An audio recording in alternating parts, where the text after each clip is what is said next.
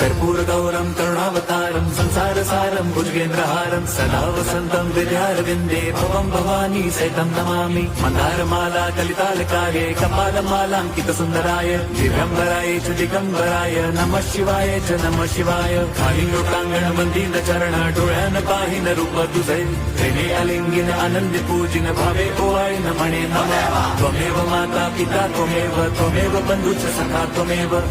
विद्या द्रवणं त्वमेव